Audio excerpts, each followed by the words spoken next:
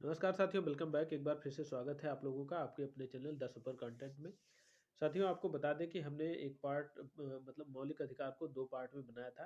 यानी 6 मौलिक अधिकार थे, 3 को पहले हमने एक क्लास में डाल दिया है और 3 को आज फिर से अपलोड कर दे रहे हैं और इसका एक कंबाइंड वीडियो भी डालेंगे, यानी कि दोनों को एक साथ में भी ये डालेंगे। जिसको अलग-अलग पढ़ना होगा, मतलब जिसे याद करने में दिक्कत हो रही है तो वो अलग-अलग करके पढ़ लें, और जिन्हें नहीं है तो वो कंबाइंड वाला भी पढ़ सकते हैं या दोनों भी पढ़ सकते हैं। जैसे आप एक बार पढ़ लिए हैं दोनों को, और अगर आपको नहीं याद रहा रिवीजन के लिए दोनों आप एक साथ में पढ़ सकते हैं। चलिए आइए शुरुआत करते हैं। सबसे पहले देख लेते हैं, और इसमें कौन-कौन से मौलिक अधिकार बचे हैं तो वो आप देख लिए। धार्मिक स्वतंत्रता का अधिकार है, संस्कृत एवं शिक्षा का संबंधी अधिकार है और संवैधानिक उपचारों का अधिकार है। चलिए शुरुआत करते हैं आगे। अब ये 6 मौलिक अधिकार थे जिसमें से 3 बच गए थे और हमने ये 3 को पढ़ा दिया है। ये पहला, दूसरा और तीसरा पढ़ा दिए हैं और चौथा वाला बचा है, यानी कि ये चौथा, पाँचवाँ और छठवां, ये तीनों बच गए हैं। तो तीनों को आज समाप्त कर लेंगे। आगे बढ़ते हैं। चौथा वाला शुरू हो रहा है कि धार्मिक स्वतंत्रता का अधिकार जो है वो अनुच्छेद 25 से अनुच्छेद 28 तक है। आपको अनुच्छेद भी याद रखना है कि कितने अनुच्छेद से और कितने अनुच्छेद तक है। अनुच्छेद 25 में कहा जा रहा है कि अंतःकरण के धार्मिक रीति रिवाज मानने और धर्म का प्रचार प्रसार करने की स्वतंत्रता है। यानी किसी कोई व्यक्ति है वो अपने धर्म को मान सकता है या किसी भी धर्म को मान सकता है और उसके प्रचार और प्रसार में योगदान कर सकता है या फिर भाग ले सकता है। इसके अंतर्गत कोई भी व्यक्ति किसी भी धर्म को मान सकता है, उसके रीति रिवाज को मान सकता है, धर्म का प्रचार और प्रसार कर सकता है, जो कि हमने आपको पहले ही बताया है। आगे देखते हैं। अगला है चौथा। चौथे वाले में धार्मिक स्वतंत्रता का अधिकार अनुच्छेद 25 से 28 है। इसको मैं पीछे भी बता दिया हूँ। अनुच्छेद 26 देख लेते हैं। धार्मिक कार्यों के संबंध में स्वतंत्रता। धार्मिक कार्यों के संबंध में स्वतंत्रता का मतलब ये है, इसके अंतर्गत कोई भी व्यक्ति अपने धर्म के लिए संस्थाओं की स्थापना, कानून के रूप में धार्मिक संपत्ति का अर्जन, स्वामित्व व प्रशासन करने का अधिकार है।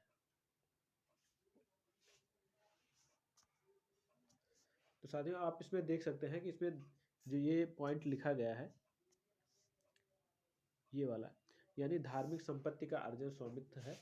इसका मतलब ये कहा जा सकता है कि आप किसी भी, जैसे कोई मंदिर है, कोई मस्जिद है या कहीं भी है, तो उस जगह पे आप किसी तरह का फीस निर्धारित नहीं कर सकते। हाँ, लेकिन ये चीज़ है कि जो भी जैसे दान के रूप में आ रहा है तो उसका मतलब वो क्या होता है कि मंदिर या मस्जिद या किसी भी देव स्थान या जो भी हो धार्मिक स्थान, उसके रख रखाव और वहाँ पे जो लोग काम कर रहे हैं उनके जीवन यापन से जुड़ा होता है।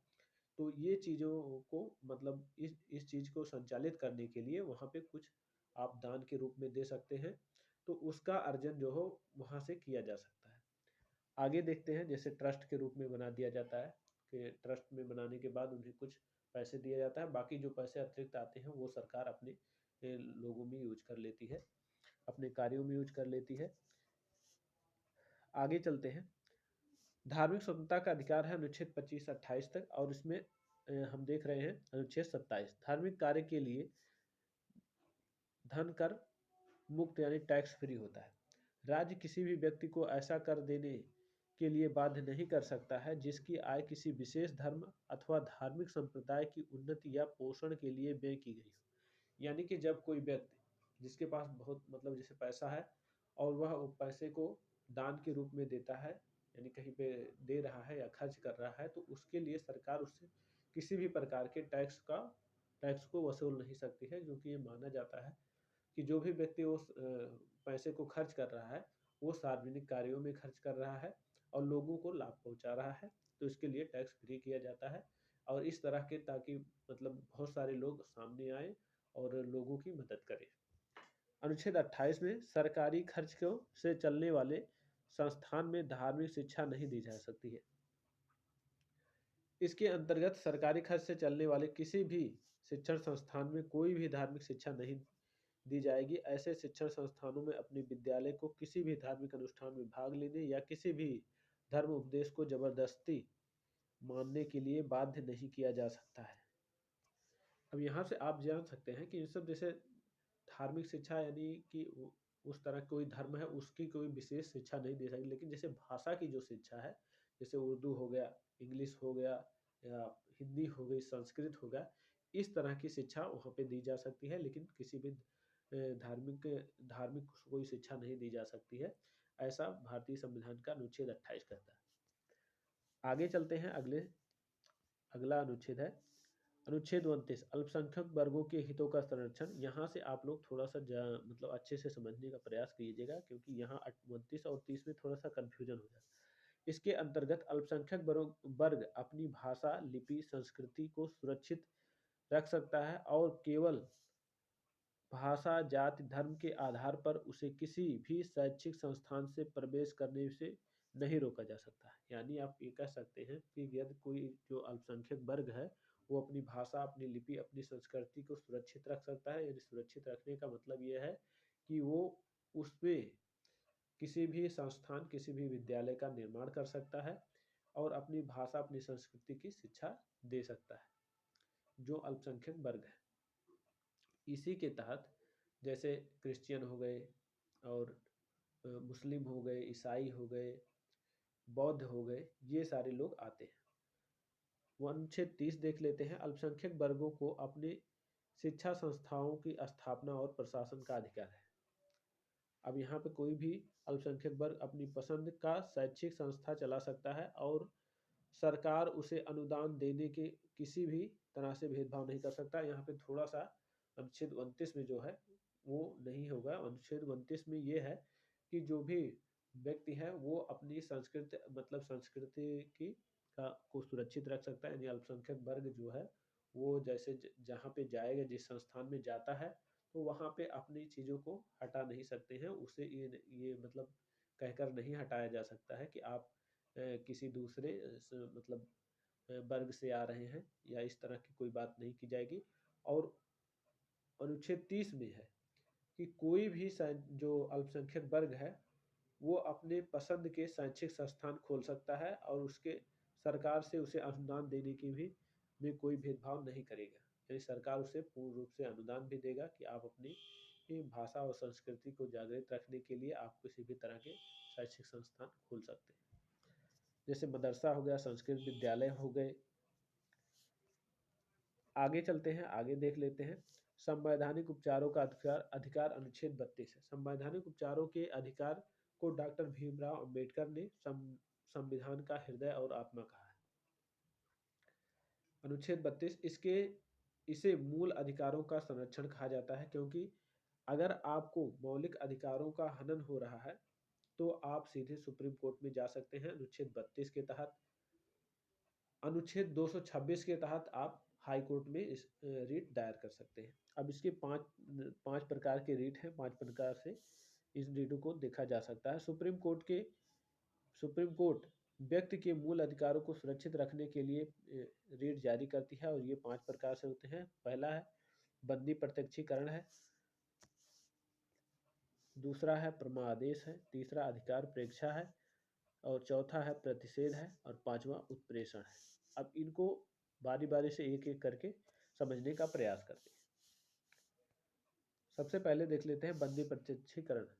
हाबियस कार्पस, शरीर को प्रस्तुत करना है। यानी जब भी कोई किसी व्यक्ति को किसी मतलब अपराध में या कहीं भी गिरफ्तार किया जाता है और उसे गिरफ्तारी के कुछ मतलब समय होते हैं, यानी 24 घंटे के अंदर अंदर उसे किसी भी ऐसे न्यायिक अधिकारी के पास पेश करना होता है और बताना होता है कि मतलब ये फला व्यक्ति है और फला अपराध के लिए इसे पकड़ा गया है। आइए देख लेते हैं, जब किसी व्यक्ति को यह लगता है कि उसे अवैध रूप से जेल में रखा गया है, तब वह सुप्रीम कोर्ट हिरासत में लेने वाले अधिकारी को आदेश देता है कि वह जेल में रखे गए व्यक्ति को निश्चित स्थान, निश्चित समय के अंदर उपस्थित करे, अन्यथा हिरासत में लेने वाले अधिकारी पर कार्रवाई होगी। तो इसी के साथ आगे बढ़ते हैं। अगला है, दूसरा देख लेते हैं, प्रमा आदेश है, मेंडमस जिसे अंग्रेजी में बोला जाता है। जब कोई सरकारी अधिकारी अपने सार्वजनिक कर्तव्यों का निर्वहन नहीं करता है, तब सुप्रीम कोर्ट उस पर रिट जारी कर सकता है और उसे अपने कर्तव्यों का पालन करने का आदेश जारी कर सकता है, अन्यथा उस पर सख्त कार्रवाई होगी। जैसे कि आप किसी कार्यालय में गए हों और कोई व्यक्ति जो अपने मतलब कार्य कर रहा है और उस कार्य को नहीं करता है, आपको बार बार परेशान करता है या किसी तरह से बैठा है, तो उसके लिए आप वहाँ जा सकते हैं कि फला व्यक्ति है जो कि इस कार्य को नहीं कर रहा है, तो कोर्ट जो है उसे एक आदेश जारी करता है कि आप इस काम को करिए, करने के लिए बाध्य करता है। आगे चलते हैं, अगला है जैसे कि अगर कोई व्यक्ति है, आप किसी बैंक में गए हैं या कहीं पर गए हैं और बैंक में बैठा व्यक्ति जो है वो अपना कोई किसी दूसरे कार्य में, ऐसे निजी कार्यों में व्यस्त है और आपका काम नहीं कर रहा है, तो उसके लिए आप ये रिट जारी करा सकते हैं। आगे चलते हैं, अगला है अधिकार परीक्षा। यह रिट तब जारी किया जाता है जब कोई व्यक्ति गैर कानूनी तरीके से किसी सरकारी पद पर प्राप्त कर लिया, यानी गैर कानूनी तरीके से कह सकते हैं कि जैसे वो हाई स्कूल पास नहीं हो और किसी तरह से फर्जी डिग्री बनवा लिया हो या किसी भी मतलब फर्जी डिग्री के माध्यम से पद को प्राप्त कर लिया हो, तो ऐसे व्यक्ति के खिलाफ आप इस तरह के और आपका उसके स्थान पे चयन ना हो सका हो, तो आप इस तरह की रिट को जारी करा सकते हैं और व्यक्ति को जांच के दायरे में ला सकते हैं। प्रतिषेध, यह आदेश चौथा है, प्रतिषेध है प्रोविहेंस।